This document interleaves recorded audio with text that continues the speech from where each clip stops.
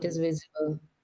So a Okay. very good afternoon to our honorable dignitaries, esteemed HOIs, faculty members, and dear students. The verification is the important topic. It stands for design meets its specification. Whenever we are going to design any VLSI circuits, there are certain specifications, and we have to check those specifications, and that task is performed by the verification.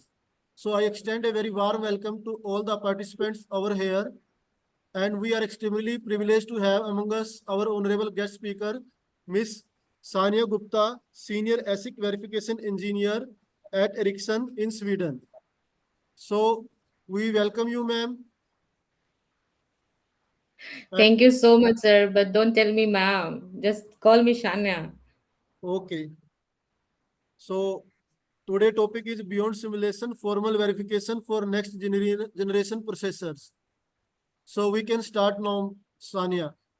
Okay. Are you able to see my screen? Yes, yes. Fine. Good. Just one thing, she is our Yes. alumni and she passed out in 2015, and she had done BTech EC from here, and she has a very good knowledge in the verification part. So she will share her experience, her journey, how you can become the verification engineer. And these domains have lots of jobs in the market. Even our Indian government promotes VLSI very much. So this is the emerging field where engineers can look for the jobs. Every day there are new opening for the verification engineer, whether it in the India or outside India. So listen carefully and ask your query at the end.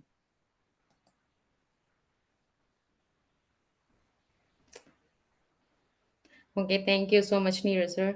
First of all, a heartfelt thanks to the AUH, EC department, and of course, Neeraj, sir, for inviting me to share my experience. Okay. So let's start. Today, I'm doing work from home. I took a couple of hours off from my work to just share my experience, career experience with you guys. Um, so yeah, about me, my name is Shania. Currently, I'm working as a senior ASIC verifier engineer in Ericsson, based on Sweden, and it's been 4 years. I came to Sweden in I think 2021 February, and since then I'm working here. Till now, I have around 9+ year of experience in the verification. We'll go through it. I'll share my complete journey after my BTech, how things went, and what struggles I went through, and how I'm currently in this place. So, as Neeraj sir mentioned, that I was in the second batch of ECE AUH. Yeah, it was a completely different experience and a memory for a lifetime. So I have a basic skill in the design and the verification methodologies which we use in our everyday work. Outside of work, I'm thankful to my parents. They sponsored me for my education and for everything. Yes. Apart from that, I am an year-old mother of a beautiful boy. He's now in a school. So that's why I'm free to have some time with you guys.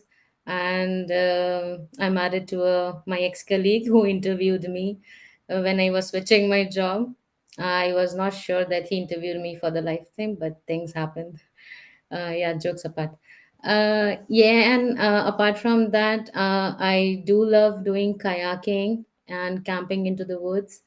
I love baking and the cooking. When I feel down or low in my day, I just try to cook and the bake. I'm learning in it, and then dancing.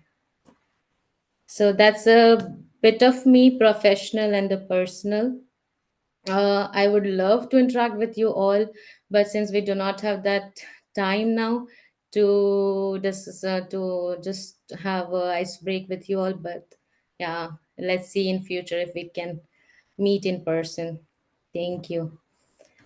And then next, so what we are going to discuss or the talk today, basically. So, we'll give a brief introduction about the VLSI.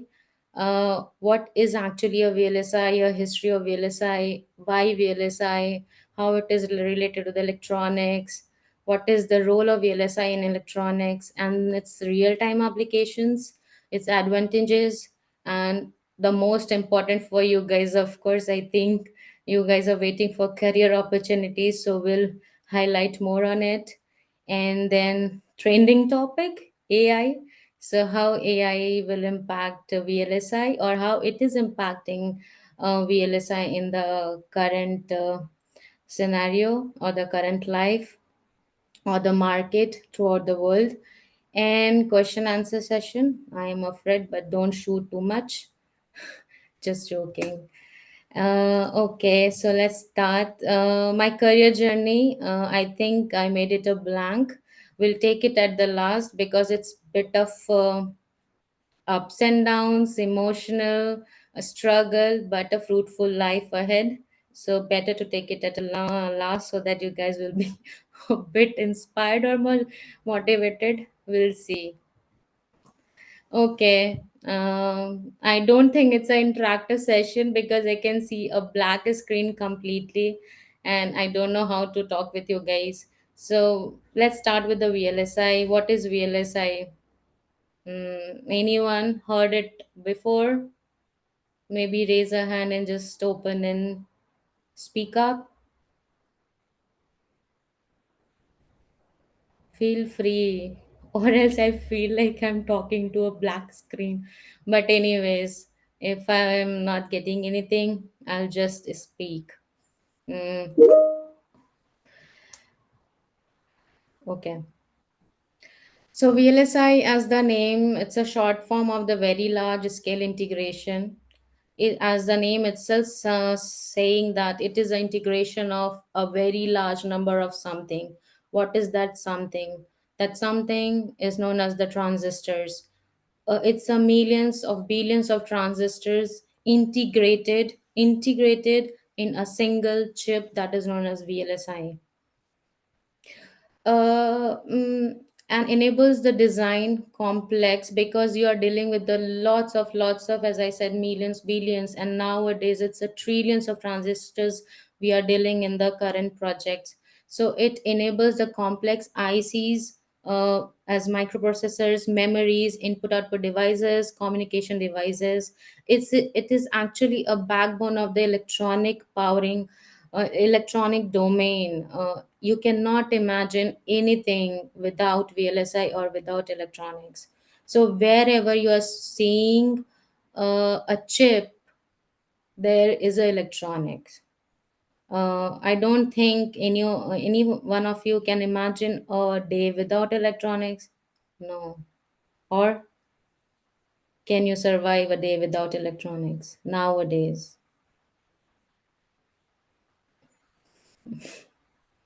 I don't know. Okay, I'll just talk with myself. So yeah, that's the thing. So VLSI, anywhere you are seeing the chip in your real world, day-to-day life, there's a VLSI. What is the key benefits? It's a high performance, a very reduced size. Maybe you guys have not heard about nanometers. Nowadays, that's a technology we are talking about. We'll go through it in a detailed information or the knowledge later. Low power consumption, cost efficiency. Nowadays, with a very less money, anyone can buy a smartphone. So in a smartphone, there's a chip, there's a VLSI. I got a one picture of yeah, Nirasa, you're trying to say something. You are on mute. No, no, please continue. Okay, so thank you. So this is a VLSI chip. If I'm seeing this way, there's a my monitor. My presentation is here, so I'll just look over there. Okay. So this is one of the picture I got from internet, since this product is already released in the market. So I thought to just share with you. This is a little more detail. Lots of things are there, but we'll not go through it. But I just wanted to show you that these are the chips. Here are the chips which recently I think last year Ericsson launched its 5G product, which we worked and released last year and fabricated. It's in the market available. So this is one of the example that the thing which I am working on, it's going to use, it is using in the real world. And then let's start with the VLSI. What is VLSI? What this girl is talking about VLSI, VLSI, VLSI. So let's listen to the bit of history, then we'll get more friendly with it. So 90 to 50, 50s and the 60s are where the era of CSI, LSI basically. So where there's a very small integration where people were doing manually things, where they're using the 10 or 15 transistors and they're making their own design using the digital logics, and they were doing the integrations manually basically. So those eras were like the small scale and the medium scale industries, or the integrations. Whenever the name changes from small, medium, large, very large, ultra, it's only a change of the number of transistors in that chip. So that's the evolution, and so the name is changing accordingly. Okay.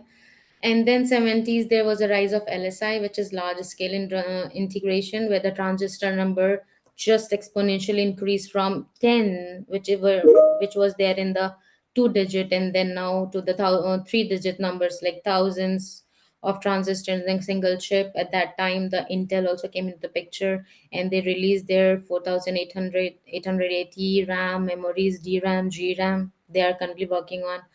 So, and that time there was a beginning of the computer revolution. And that time people were also talking, okay, computer came into the picture, and how the human work, or how it will snatch the employment of the people. But the things are not like that. It didn't stop. We keep on moving, we keep on growing, we keep on developing, technology keep on moving up. So nothing like that if computer came, so our job or things will get stopped, and there will not be any manual work or the mankind forces, but it's not like that. And then 1980s, that was the era where begins VLSI, which is like very large scale integration. I think at that time it was like tens of thousands of millions of transistors were integrating together in a chip. And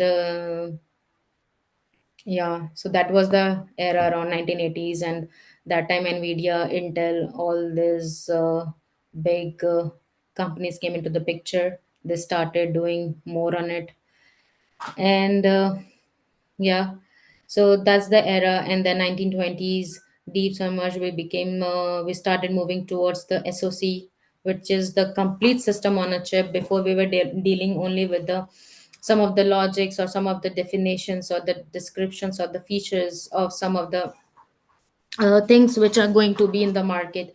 But in the 1920s, slightly started moving towards SoC, which is the complete system on a chip. Before we were having microprocessor separately, memory separately, input output interfaces, and the communication systems were different. But nowadays, around 1920s, which is mentioned here, we are trying to integrate everything on a single small chip. Nowadays, it's in the nanometer. So just imagine that how small that thing is doing nowadays. It's like, you think of, just take an example of a smartphone. Uh, Before we were having a memory of around some KB or MB, and now the single pen drive having a memory of terabytes. So how come?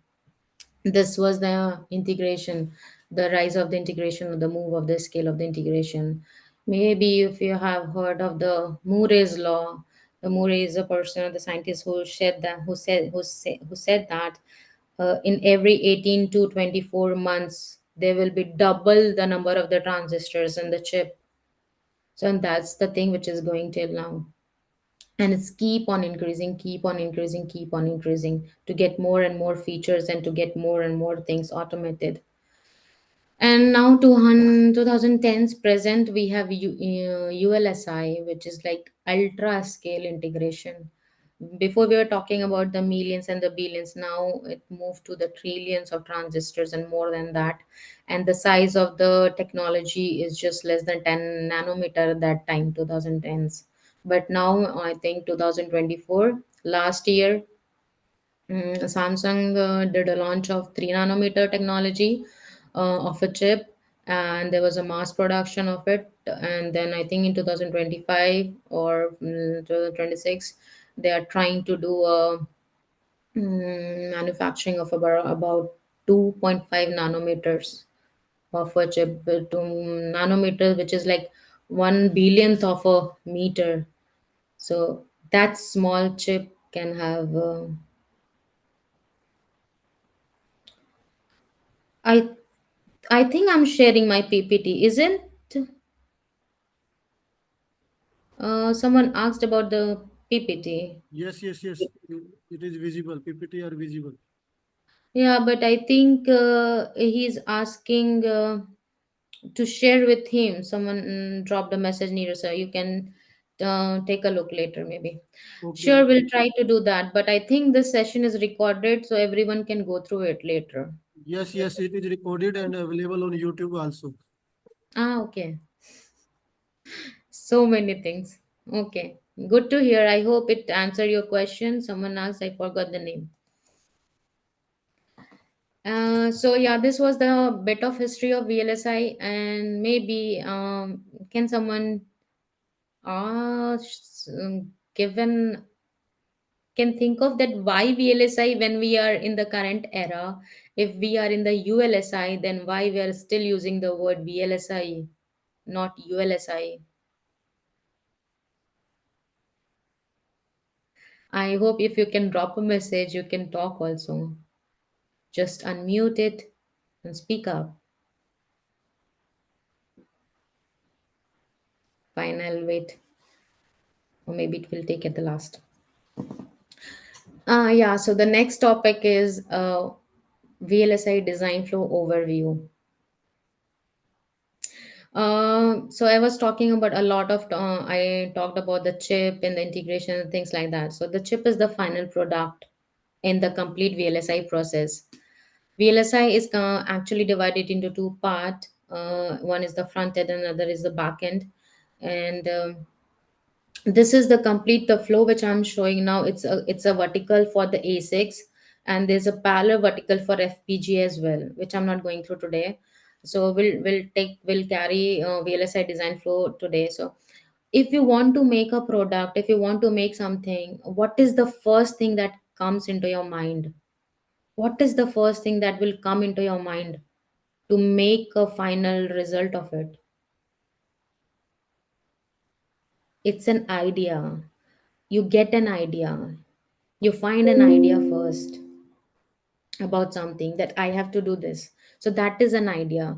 And on that idea, we try to work on. Let's suppose I got an idea. Let's do. Someone in the past definitely had an idea. Okay, we'll do a washing machine. We'll make a TV. We'll make an automated TV. We'll make an automated washing machine. Something, right? Someone must have got an idea. And then those people started working on that. So when you get an idea, you see those whether that idea is already available in the market or not. If it is available, then you just see that what are the features that idea was supporting, and then you try to make new features on that. So the first thing which comes is the idea. Fine. So what we do after that, so we the first step is the specification. We get that what we want to do from that object, what we want to do from that product. So we do a lots of R&Ds. We do a specification. So specification will tell you that what is the expectation from that product. It will not tell how it will happen, but it will say that okay, these are the clocks we need, these are the frequencies of the clock we need thousands of inputs, and this to input will combine in such a way so that it will give some kind of outputs. So those are the specification. Then you try to do, okay, I have to do some power management, some optimization, I need to work more on this device, should need to work more on the frequencies, on the speeds, so that with the less efficient with the more efficient, less more speed, more efficient, less power. So these are the some of the criterias which you try to put in the specification. So this is specification is actually comes so this is also one category or the one flow for the design, VLSI design, where there's a job. I don't think freshers can go directly there, but a very experienced person who already worked around 20, 30, 40 years of their life in the VLSI, they come under this category. So this is one place of the VLSI design flow where people are still working. So that's a specification, and then after that comes a RTL design. So design, okay, one person was there, he gave all this specification in the documents that this kind of functionality I need, this block has to do this block has to do this block has to talk with this in this manner, and so on and so forth, and this kind of inputs should behave, it will do some drama, some dance song, will sing a song, and we need to give this output. So those are the thing he only mentioned. And the RTL designer, this is the second part, that RTL design, we try to implement those things using the language which that hardware will understand, or that chip is going to do. So now you got something as written, and now you're trying to implement that, you're trying to design that, how you want to design, you what are the blocks needed, what are the complexities needed, what are the feature you want to add. So all those things we need to, we design it, we write it, we write a code. Those codes are written in the specific language. That language is known as hardware descriptor language. And the current market, in current market we are using, uh, someone gave a, I think a smiley, is not able to understand anything, or I don't know. Yeah, I don't know, but I can understand college students.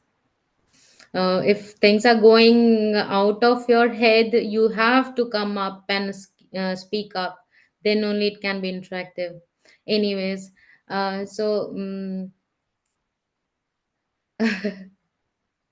okay. So yeah, we try to design those things, whatever we have written, and there it comes to designers. So before, in India, there were lots of verifiers, and the designers mostly were sitting in the US, Europe domain.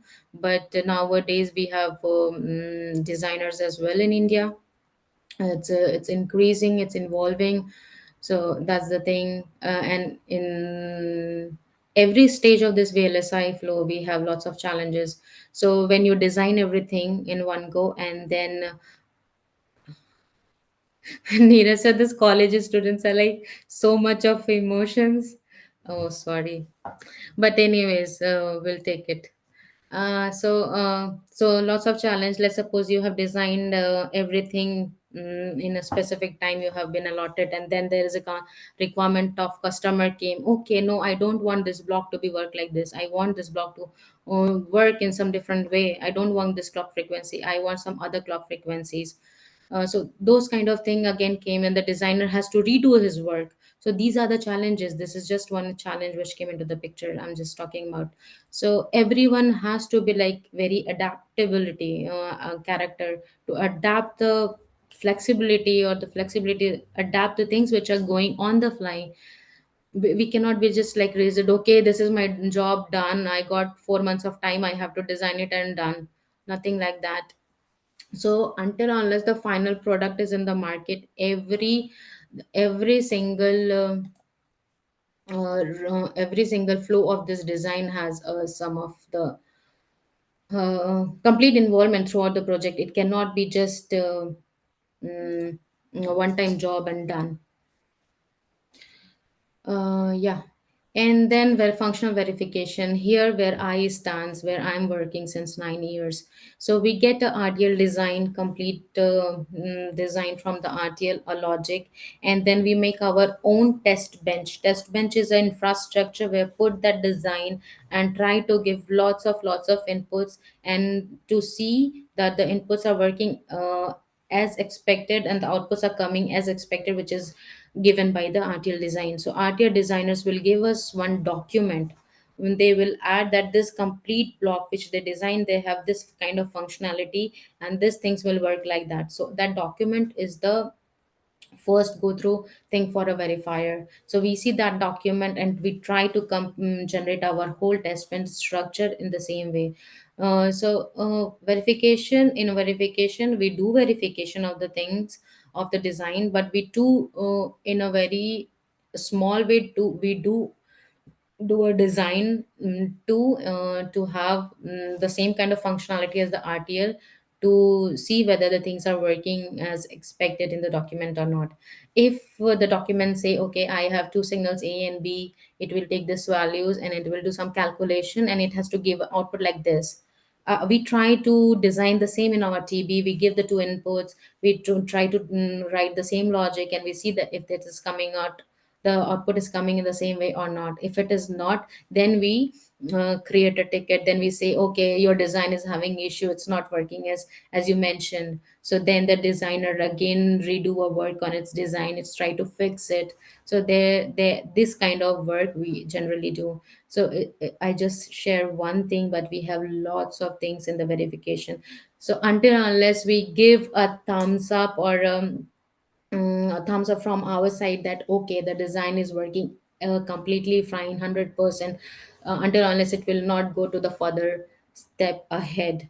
So till 1 2 3 all this comes under the front end path, and 2 and 3 it's keep on moving to fro until your logic or the design is completely verified as expected. And then another comes is the synthesis. From synthesis is the back end. So synthesis, what it will do is whatever the logics we have written in the RTL design, it will generate the get level net list of each and every code. Let's suppose if you have heard about if else block or the always block, initial blocks. So you write something, you write some assignments, everything gets connected at the end into the gate level gates. So you might have learned or heard about the gates, right, in the digital electronics. So that is the building block of electronics, that subject. At the last, everything comes or becomes a get level netlist. So whatever the code which we have written, it just comes on a table, on a plate, like a get level netlist with lots of wires and or nor gate flip flops, plenty of flip flops, thousands, millions of flip flops and the gates and so things. So it actually comes like that because you're going to generate a hardware. So finally you will get something as a hardware, some physical product. So that's why slowly things just trying to get moves slowly to the hardware and finally to the chip. So synthesis, this when I'm talking about the flows, each and every flow have their own dedicated engineers. So we cannot just say that okay, you took the electronics and there is no chance of job, we have to go to the computer science or the IT and the things like that. No, we are just not aware of those things. You can see they are, yeah. And then design for the test, which maybe you guys have heard about the DFT. So it comes like they try to create their test benches, their test cases, or their scenarios in such a way so that when actually you'll get the product after the manufacturing, you should have the things in what can be done to retest it if something is not functioning properly or as expected. So they try to create those things to test the product after manufacture. And then the place and route. So place and route, you have a plate, right, and then you want to keep all the things.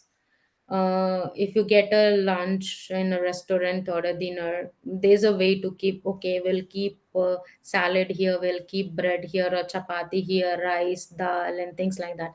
So same way place and route works. So you have a chip which is a final product, and you need to keep, you have, as I mentioned, currently we are dealing with the ulsi. So you have transistors, you have clocks, you have resets, you have the blocks, memories, processors. So where you want to keep what, so that you will get the more and more power of it, more efficient of it, using very less power. You put the clocks in such a way so that all the blocks, all the flip flops will just trigger in the one go. So those are the things we do in the place and route. It's a very big chapter, it's a very big part, but I'm not going deep into it. Then the timing analysis. Timing analysis are the things when we have all the gates, flip flops, everything kept on the place. Then we think, so every flip flops or every gates, when we talk about and gate, not gate, they have their own setup and hold time. If you have heard about those things or not. So in timing analysis, we see that whatever the frequency was required, does it meeting those requirements or not. And then we those hold and the setup times, if had some, if we see that the signal should be stable in that setup time, it should, in that setup time, it should not trigger it, there should not be any glitch, there should not be any jitter in the setup time. And after the whole time, the signal, whole time is the time when the signal should be stable, it should not change to have the functionalities. So those kind of timing analysis we do in this section. And of course, we need human, we need us, we need engineers for all these things to work on. So as I said, it's just that we are not aware, or it's a bit hard to get into it, because you need to be brush up yourself, you need to be sharpen yourself to get into the completely core domain. So that's the thing, but we have job everywhere. And this, as I said, it's just a one vertical of the electronics. We have embedded, we have robotics, we have FPGA domain, which is completely vertical parallel to this. We have there, it's again a plenty of sections to work on. So it's us, we have to decide. And then the fabrication and the testing, we have a TSMC, which is the father of the manufacturing company in the world. It is in the Taiwan. Then we have a Samsung Foundry, where actually the that chip is going to be fabricated, when the chip is actually coming to be a hardware product. The thing which you can see in the smartphone, which you can see in the television, we can see in the washing machine, we can see in the daily life, wherever you see a bit of automation, there is a chip, there is electronics, there is a work there. There were engineers, there were plenty of engineers who worked on it. So that's the thing. Some fabrication technology, fabrication and the testing again. So in after functional verification, for every step we do testing each and every time. And then fabrication again, when the physical product came into the market. And then again testing, if something has happened with final testing, I think it's just for the data flow. When the things are moving, data is expected, is when the data is going with the current, with the expected speed or not, if there is any latency or delay. So those kind of things. Okay. I think I'm running out of time. So I have already talked about all this. It's just like something I have written. Yeah, DFT, place and route, timing analysis, fabrication testing. Okay, one second. Yeah, so this is a diagram of flow or design flow I got from, of course, internet and copy pasted. So as I said, this is some idea you get into mind, and then you work on, you do R&Ds, do a market surveys, you see what we need to do so that it will be like bang on product. Then the architectures, RTL code, here, ISIS, synthesis foundry, and things like that. And do we have any questions, or I just move ahead?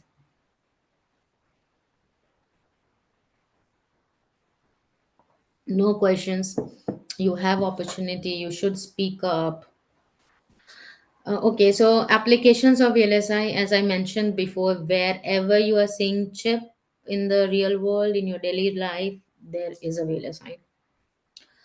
Microprocessor, microcontrollers, memory devices, as I mentioned before, in the 20, 20, 30 years back, we were having phone with a memory of some KB.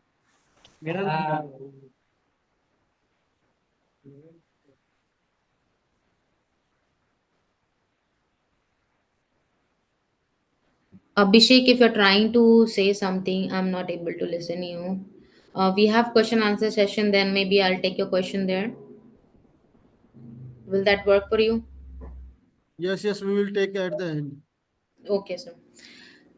Yeah, so some of the points I have just mentioned, the memory devices, RAM, ROM, flash, cache, consumer in our daily life, smartphone, tablets, digital cameras, smart TVs. Nowadays, for the small kids, the toys are also having chips, lots of automated things. Yeah, and then in communication system, routers, servers, AMD, ARM, those are working now. They are creating again evolutions in those servers and the routers things, and then the moderns, mobile communication, radio network, baseband networks, those are the things. Medical, India is actually one of the leading country for the medical support. We have pacemakers, imaging systems, diagnostic equipment. These are just some. Nowadays, your bed can also come up by just clicking one button in the hospital. So they are like everywhere. Automotive, you have car, you have hybrid cars, you have EV cars. So you have bicycles nowadays, you have bikes, cars, buses, many things you have now. You have seen Elon Musk, Teslas, automated things. Some of in some way or another, it's actually reducing the accidents in the world in on the road by automating it. So those are the things. Then the industrial equipments, robotics, control systems, defenses, aerospaces. Maybe you guys have heard of the recent cool war was going between countries. They were using launching various missiles, satellites, and things like that. So everywhere you are having those electronic things. You just name it, there is electronic. You named it, there's electronic. Wherever you see, every day. Then the advantages of VLSI, as I said, that it's more and more efficient, less power, more memories. Since number of transistors increases, which increases the complexity of the design. Complexity means more added features, and those are the things. So density increases means more and more transistors are getting integrated, just integrated in the just a small that small chip. Compact size is getting overall reduces, so it having more things. Before we're having, as I said before, the components were like outside, but now we are trying to make complete system on a one chip. Everything, memory, controllers, microprocessors, everything on a single chip. Low power consumption, since we are doing the placing and routing. If you have listen me carefully. So when we are putting the things together in efficient way, so then we are reducing the delays and the consumption of the power. Cost effective, since we are, if we do the mass production of the things, of course the things will be like less, it will be like less expensive in the market.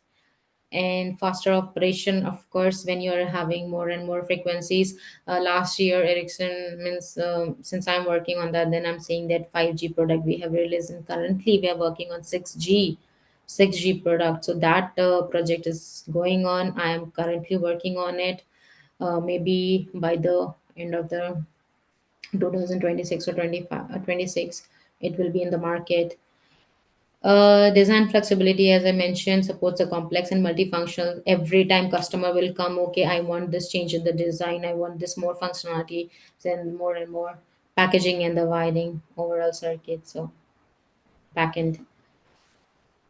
Um, Now I think maybe you guys are like waiting for this, that we talk more about electronics and electronics. Where is the job? Where is the job? So these are some of the sectors I digged out from the same D's VLSI design flow. I will take questions at last. So career opportunities. Design engineers, where they try to change the complete specification into the logics, circuit and the physical design. Then the verification engineers, where I sits. So where we work, we have currently I do on the simulation, but then the parallel there's a formal verification as well. For the very complex circuits, for the very complex designs, we do a functional verification, but formal is also there where the things are completely automated. The tool is there are a couple of tools which are available in the market from the Cadence. I think it's a Jasper, where you do not have to do much. They do have a complete TV structure. They pass like all the combination of inputs, and they try, their intention is in the formal, their intention is try to break the design, try to give some random input, some wrong input, so that it has to break. So that it do extensively exhaustively verification formal, but it is not designed for the complex logics. It's for the very basic components or the small components. So that is a demerit as of now. I think they're working more on it. Then the testing and the validation engineers. Testing is like every process of the VLSI. So that's the thing. Then the you have we have a job. We have engineers in the CAD EDA tools as well. So the tools which we work on, it's from currently it's from the Cadence, Synopsys. So who generate those tools? Who created those tools? Like us, like engineers like us. They also did a graduation, they also did their masters or whatever was required, and they only created these tools. It didn't come just like on the some magic happened and the tools came into the picture. No, we engineers only did. So you can see the power of electronics, you can see the employment, you can see the job opportunities. Then the process engineers, we are the engineers who work in the labs when there is a when they are trying to get the hardcore product. Product engineers, these engineers are basically the tool engineers who provides you the support and the quality of the tool which you are trying to use. And then the application engineers are engineers who will provide you the support with the tool when you're using it, if you have any issues, the things like that. And the R&D engineers, like yeah, these engineers like try to get more and more. They if you are living in the current 2025, their thinking process, they're like more towards what's next, what's next. If you are in 6G, they'll start thinking before the product is already in the market. They'll start thinking for the 7G, how I can make with the current product to make it a 7G, 8G, 9G, and things like that. So it just keep on R&D. It's always happening, it's always happening, it's everywhere, it's everywhere. There's no specific country that who is doing that. It's everywhere. And then the academic and research, academic like this, you're having the sessions now, you're having the teachings now, you have such a good faculties, you have so much of infrastructure, you are blessed that you are getting information like this. So this is an initiative, this is the start time to get to know about the electronics and the things what you are working or what we are learning, or just scratch the heads of the faculties. What is the application of it, how I can do it, how I can move ahead, what is next, what I have to do so that I can go into this. They are available for you. So those are the things: developing trainings, doing courses, getting certificates, all these things. And the entrepreneurship and the VLSI nowadays, made in India, startups in India. So we have plenty of semiconductor industries in India, which are the startups, which are actually not doing a doing an in-house product. but they are providing consultants to the big companies, to the big organizations. So they trained the freshers, they train the interns, or they already take the already trained interns and then try to brush up them. They try to make them a bit train them into the industry standard level, and then they try to send to the different life projects if they have connections and things like that. So it's like everywhere, it's like many things, through many ways you have lots of doors, lots of ways through where you can get inside into the electronics core companies. Oh, I think I am just 5 minutes late, and then I have a couple of more things. Okay, AI impact. So the most trending topic nowadays, AI, AI, AI everywhere. So as I mentioned before, that the computer era was there, and then people were thinking, "Oh God, computer came into the picture, and now there's no human. There will not be any human work. So will be the same for the AI." I don't think it will be same for AI in the VLSI, but still we started AI in the semiconductors. Some of the companies like Intel and Intel is working on AI. They're trying to do more and more automated things, but I don't think that complete man work will be vanished after the AI. But we are trying to move. But it's my opinion. I don't think so that we can make everything automated. But it's good at some extent we can make it so that we'll not do the same task again and again from the human. So something is like, see where. Mind is required, where your thought is required, of course there's a human required. But when you have to do the same kind of thing in the same projects, you try to do automation so that you do not spend those hours again and again. Then those areas we are trying to do AI. So accelerated chip, that some of the logics which are completely, we are sure that each and every product is going to do that, then we try to automate it. Verification also, can complete verification cannot be, but some checkers, some assertions, some coverages, we know that this, the every project or the every product is going to have this, then we are trying to automate it. Same for the optimization power mm, uh, in the backend steps, and then the EDA tool enhancements. So in EDA tool enhancements, we are trying to do more and more optimization so that more and more optimization so that the work which are the time which you are spending on will be like very less, and so and so forth. So, and of course if the things are like automated, then the time will definitely get reduced to do the things, and then there will be like rapid product launches, and it will be like time to market on the time to the market faster. So those are the things. But yeah, people are working on it. VLSI is AI is started on the VLSI, but it will take time. Okay, I wanted to share some of the language informations which the designers and the verifiers use. I'm running out of the time. It's just 5 minutes left, but we'll see. So Verilog, as I mentioned, when we're discussing about the RTL design, Verilog is a language which in which we write the code. It's a hardware descriptor language. So this is a language. Which actually at the end the chip will understand, and this language, since we understand English, so we English, so this is written in English, but at the end it will convert to the transistors, gates, and things like that. And yeah, this is used by basically the nowadays we are using, designers use Verilog to write their code, to write the behavior of the blocks, to write behavior of the features. It has concurrent and the parallel execution, unlike software languages where they only run sequential. So this is doing parallelism. We have lots of functionality in one go. All will start together, and then the hierarchical design using modules. I think it's a very small time to go through, but maybe you can go through it. You know what is Verilog. You can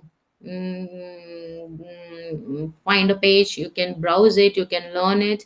There are plenty of tools which are available for the student version in the online. You can try these things. Verilog, write a small code and run it and see how it goes, and then move to the verification and see you have written some code and how to verify it. What are the things, those maybe you're already you're getting those knowledge in the college. If not, ask your faculties, do yourself.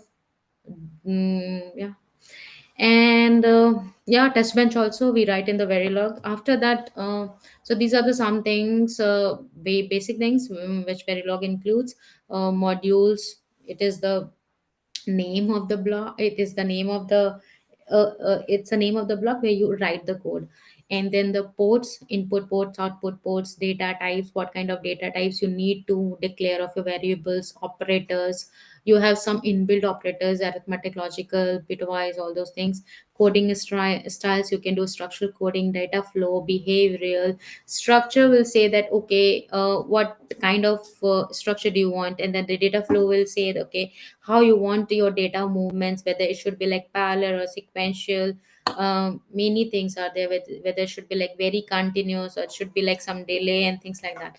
And the behavioral modeling where you say that if this is happening, do this, if this is happening, do this. So those kind of things come into the behavioral modeling. So why there was a need of a system verilog when there was already a verilog? uh, yeah, so it's the same analogy with the C and the C++. We already had a C, then why there was need of C++? It's the same set. It's not just the upgradation of the language, but it added more and more new functionalities, features to that language. That's why we have the different language, which is known as System Verilog, with the very advanced features. It contains the UP concepts, and now this is standardized with the IEEE. So this is a language now each and every company is following for their tools. Okay, you write some code on a tool and then you try to run it, how that tool will understand. So that tool is programmed with the system verilog. And IEEE 1800 is a standard way they have written the rules. Okay, this behavioral model will work like this, did that data type will work like this, this clock always initial, all this, they have their standards. So every tool is trying to implement those standards on their tool, and then we try to use it. So that's the system log. Again, data types, we have oops concepts here, we have assertions, we can have interfaces, we do lots of randomization. Just yes. And yeah, where we use it, we use in a design, we use in, as I said, the ASIC and the FPGA, verifications, SOCs, TLVs, everywhere till the front end. Uh, it's just a couple of minutes late, but this is a question answer session. We can take it. We can take some questions. Let's shoot. Yes, students, you can ask your query now.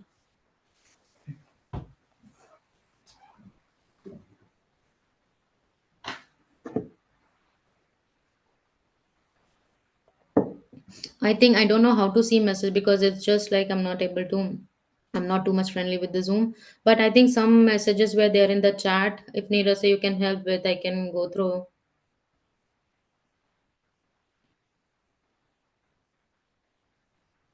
You are on mute.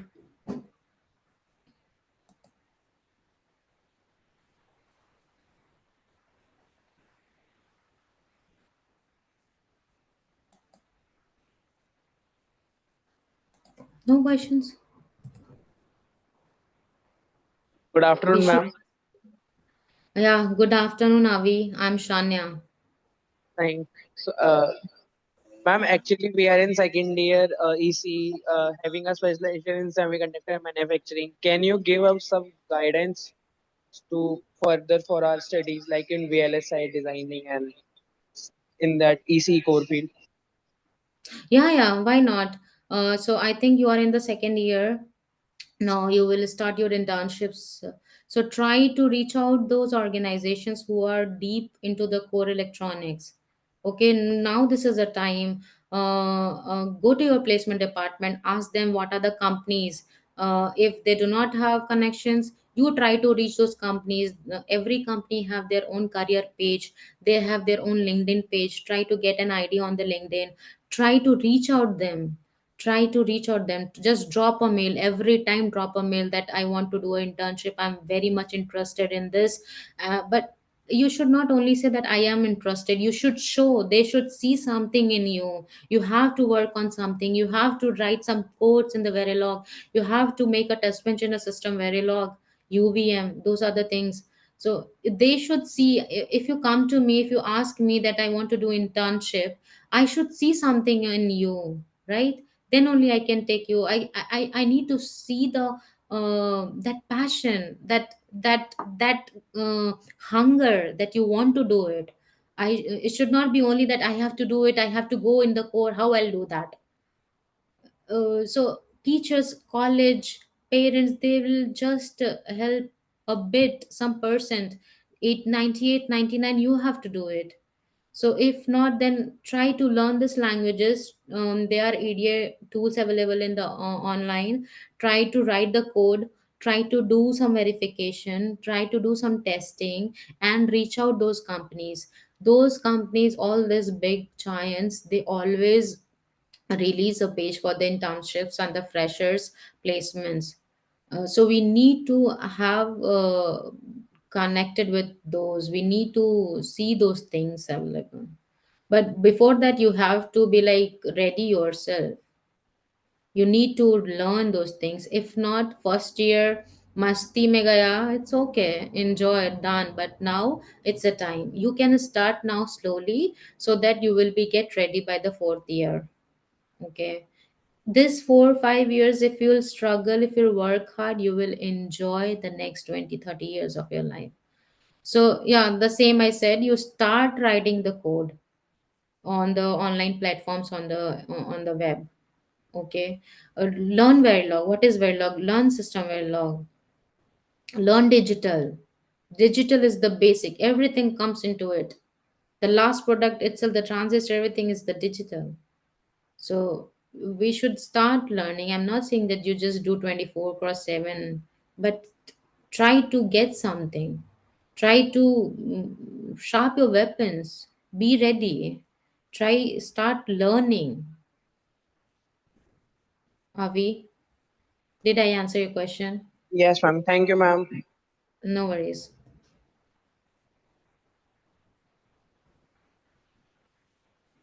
Next question. HLS? What is HLS?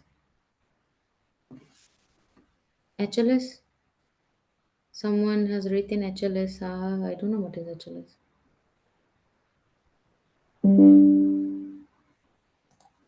Let me check.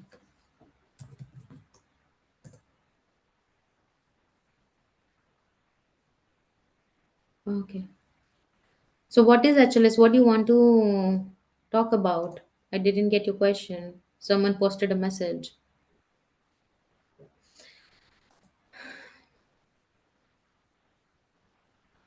Okay, if we do not have much question, I will go back to my slide. Instead of Verilog, we can use C++, right? No, no, no. How can? Both are different languages. See, Verilog is a hardware description language, and C++ we mainly use in the softwares. So when you want to design, something for the hardware, these are the languages which are available. You cannot write code No, I in. came to hear about this HLS in internet, I think. I mean, they convert this C++ into the HDL description.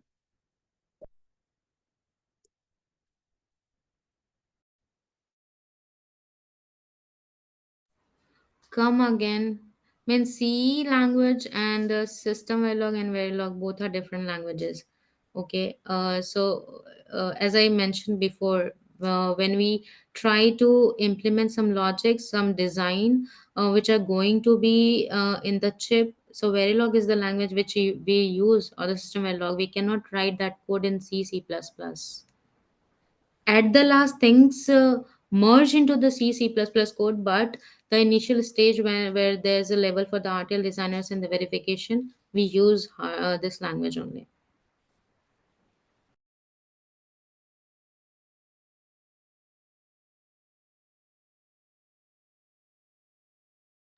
And what does an NPU do?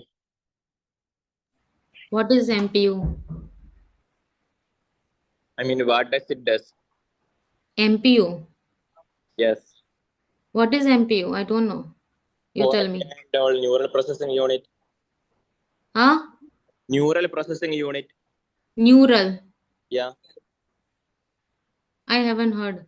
I mean, for newer chipsets like Intel and AMD, they are implementing NPU in the chipsets, right? I am not aware of it. We have processors in the chip, as I mentioned in the SoC, but NPU, I'm hearing maybe for the first time. I mean, we can currently get it in Intel Ultra chips and SS. Huh? Your voice is also breaking a lot, or if you are speaking too fast. I mean, the newer chipsets, right? The Intel are introducing Intel Ultra chips. They have What is NPUs, right? what is that ultra chip? I mean, it's optimized for using AI. Okay. I mean, for that, they have introduced a new core system in that named NPU, Neural Processing Unit, and NDI unit. Okay. Then So that's what I'm asking about. I mean, what's the difference between these two?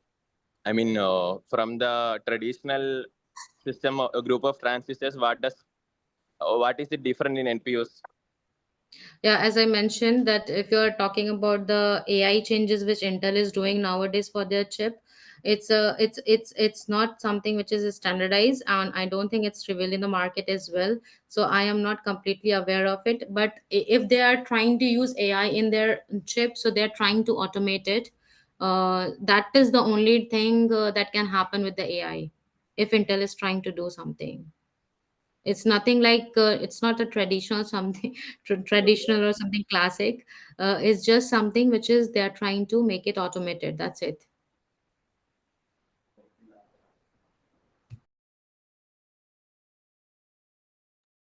And also, if quantum computing is introduced, So, I mean, what was the difference will it bring in the chipsets? I mean, do we have to? I mean, will it work on the same transistor? So, do we have to change something or something like that? Where you heard from this quantum chips? Who is doing that? Internet itself, I heard that Google have introduced something like that. Google. Yeah, something. This is new. This is new to me that Google is making their own chip. I think you just Not Google that some chip. I mean, countries they have now. introduced common quantum computing. Okay, I am not sure about it. I don't know. You can ask me questions regarding the domain which I work. I will happily answer, but these things I'm not aware of it. Oh, Hmm. I think you just Google some of the questions randomly and bombarding it here. It's okay. Good questions. It's good that you are working on it. You are going through it. So any other questions, students, you may ask?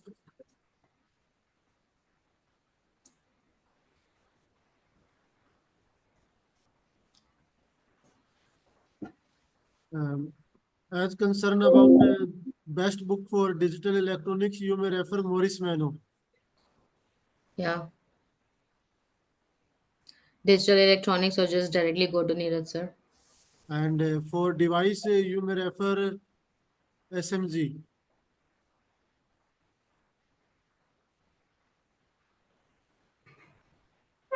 So now we'd like to request all participants to turn on their camera for the group photograph. Yes, everyone, please turn on your camera for the group photograph.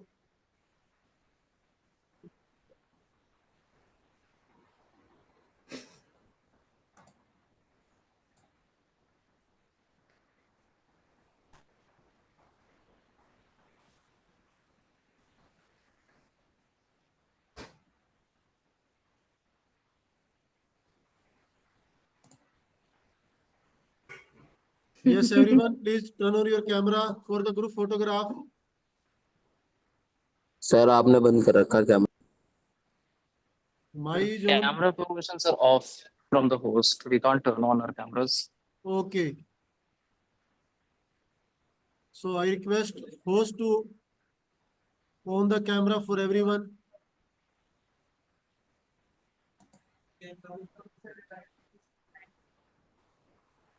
Camera is disabled by admin.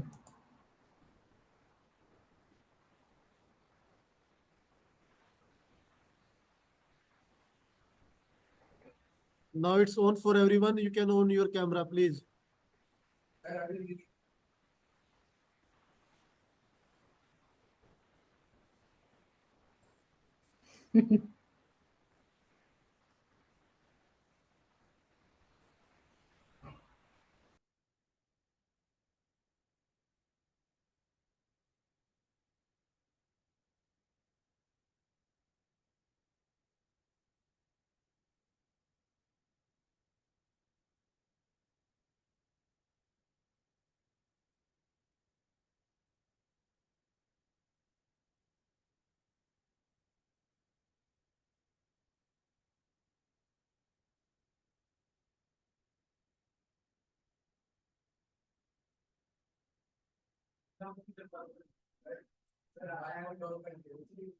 Okay, it's fine.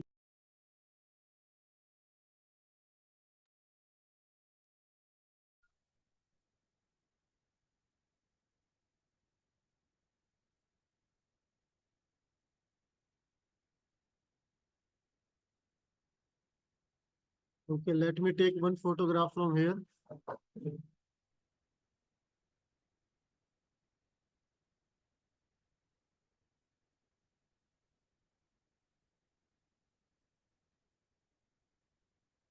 So thank you, Sania, for delivering such a wonderful talk on the VLSI design flow.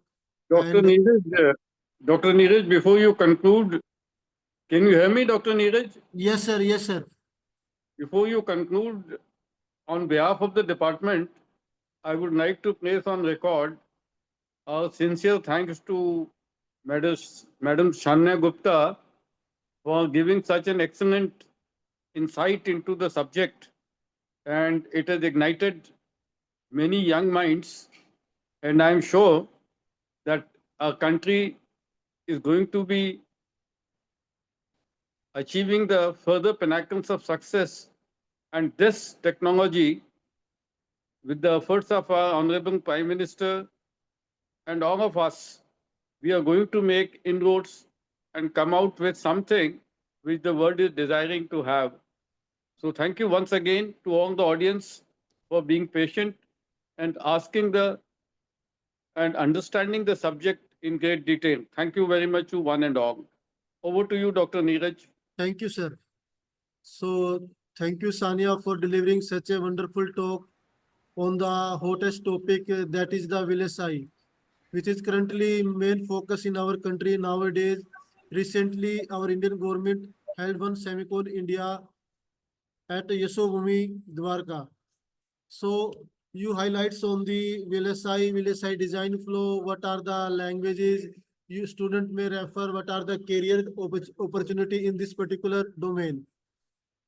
I hope our students learn from this much many more, and in future we will also take your help to motivate our students. Maybe we will contact you for further guest lectures and for the internship of the students if you can spare some of your time. Yeah, sure. So Yeah, thank, Neeraj, just give me 1 minute if you're done. okay, Can I okay, you can talk. Yeah, Please. so I just wanted to share that you guys can, you all can reach me out through the LinkedIn, and better to go to the each and every company sites in the LinkedIn also. They always open for the internships and the placement processes. And now Ericsson is going to open their site in Bangalore, and they're planning to hire interns as well in the next year. So try to reach them out. Okay, there are opportunities to work on, and yeah, you can just reach me out anytime in the LinkedIn. Definitely. Thank you so much to the AUH and the EC department and the Neeraj sir for inviting me. We'll try to get more It was like very less time. I couldn't talk much, but yeah, there are lots of things in the VLSI we can discuss more.